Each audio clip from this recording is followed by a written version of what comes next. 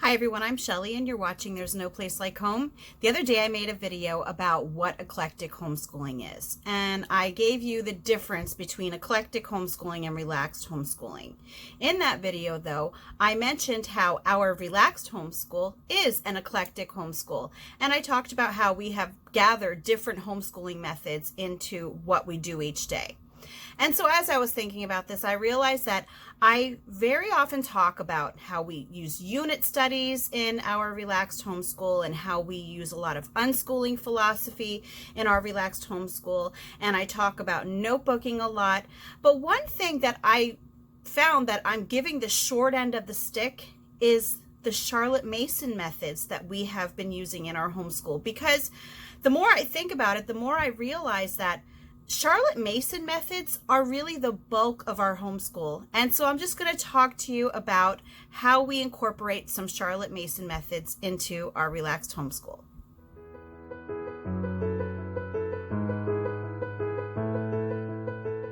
If you aren't sure of what Charlotte Mason homeschooling is, it is a homeschooling method that was made up by an educator called Charlotte Mason, go figure.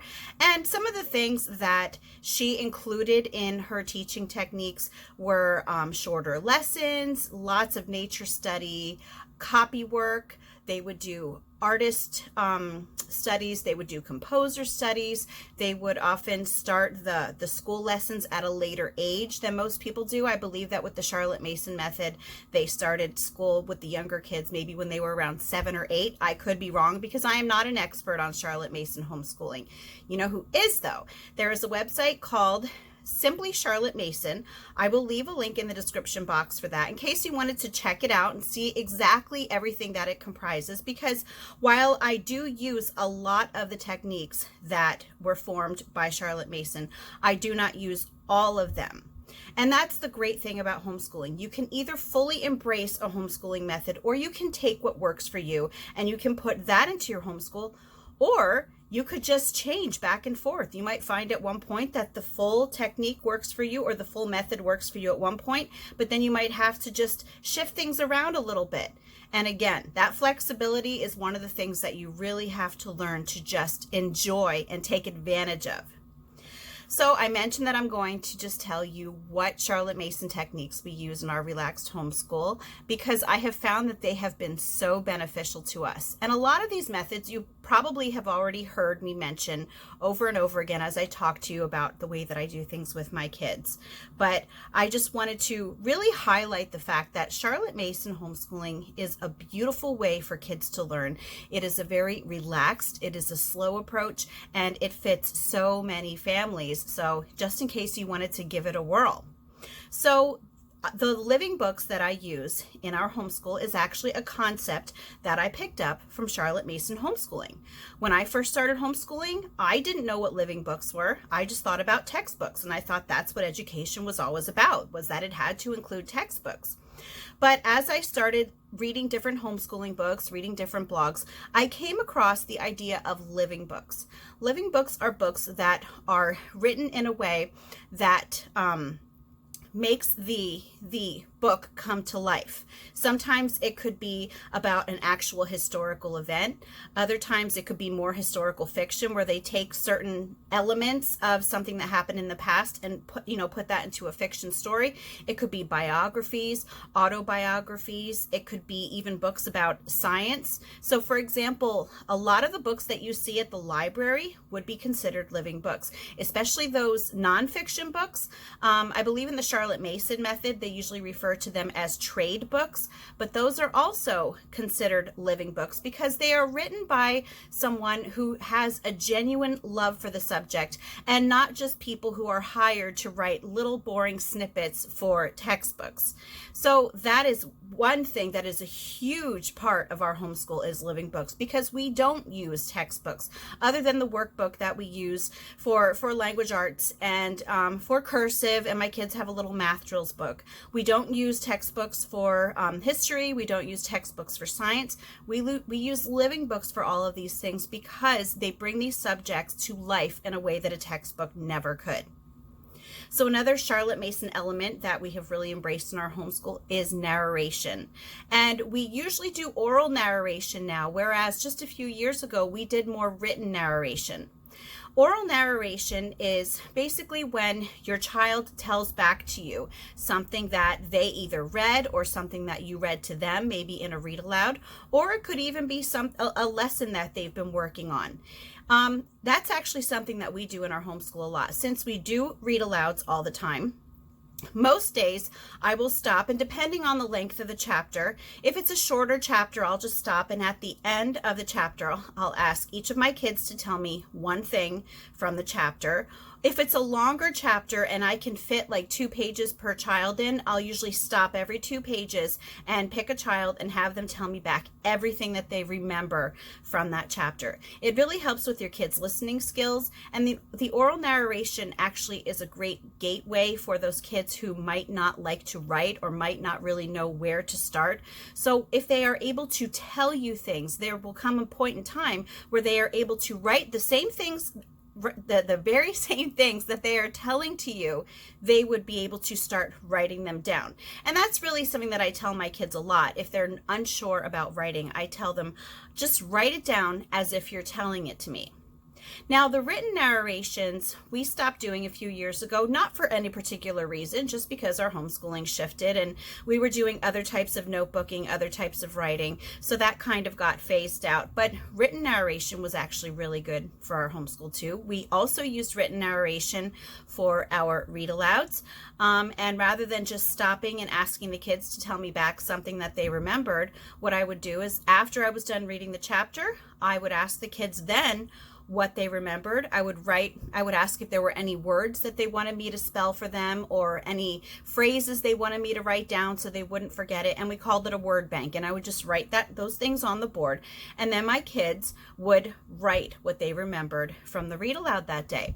And it didn't always just have to be a narration. They could have written like a character sketch. They could have written like an alternate ending to the chapter.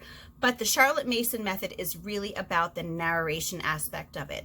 If you'd like to know more about how we did the read aloud narration, I will leave a link to that in the description box. And I'll also leave links for some of the other things that I talk about in this video too.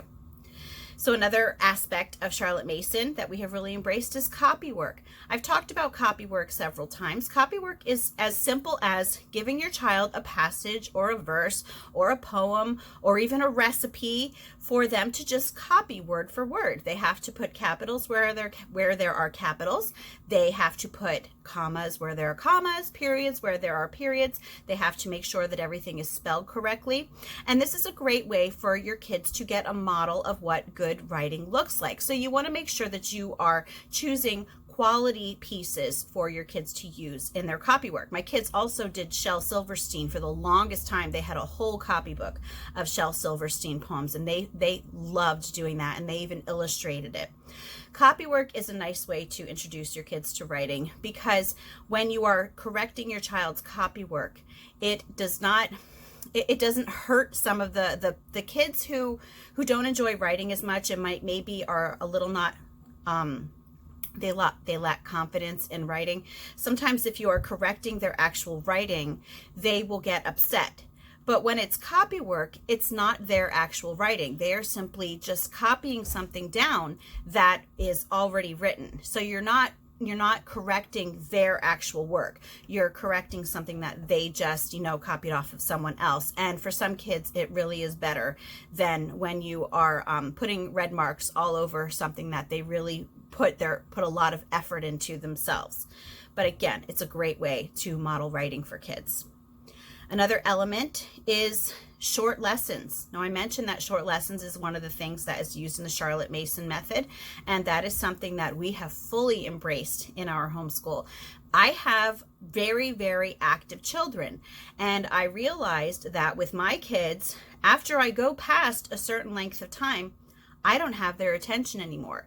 They will be looking everywhere but at me, or they will be wriggling around, or they will be fidgeting, and I will ask them what I was talking about, and they will have no idea or not be able to tell me what I was talking about, because there is a limit to a child's attention span. And it's even like that with adults. How many adults like to sit and just listen to someone droning on and on and on, no matter how interested you are in the subject? So what I found is that when I make our lessons shorter, I have my kids' full attention and they are able to concentrate better on it. And this is also great for math too. A lot of kids get very frustrated in math if you are having them work on, for example, long division. That's always been like a battle in our house. So like if you have them working on long division problems for like 45 minutes, you're likely to see some tears. At least in our family, we would. So I would usually try to keep our math lessons very short too, maybe 10 to 15 minutes, depending on the age. Of course, up in high school years, it might be closer to 30 minutes, depending on what they're doing. But shorter lessons really do work better for a lot of children. And the last aspect of Charlotte Mason that we use in our relaxed homeschool is her nature study. My kids are also, they're very outdoorsy. I've mentioned that they're very active, and so of course they're going to like being outside a lot because they can run, but they also like to explore. They like bugs, they like flowers, they like trees, they like salamanders, frogs, toads, creeks, you name it. If it's outside, my kids love it. So the nature study aspect is something that my kids fully embrace.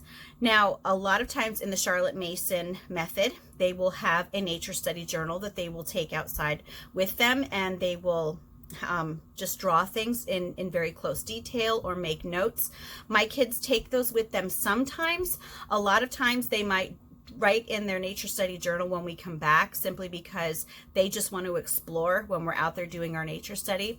But sometimes if we know that we're going somewhere that has somewhere nice for them to sit and relax and just to kind of look at things, then we will take that with them, and they will sit down and they will draw, and they will do all of the, they will complete all of the elements that would be in a normal Charlotte Mason nature study journal, in that they would just be basically writing about the things that they're seeing, drawing them in detail, and possibly later labeling them and expanding more about what they learned.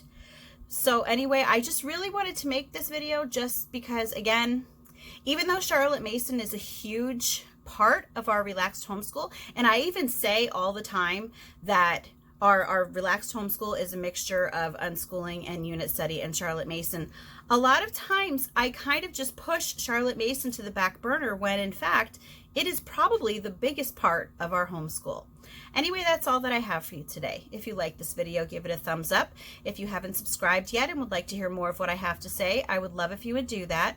If you have any questions or comments, you can leave one over on Instagram because YouTube disables my comments. And if you like my work and would like to check out my Patreon page, I will leave a link in the description box for that as well.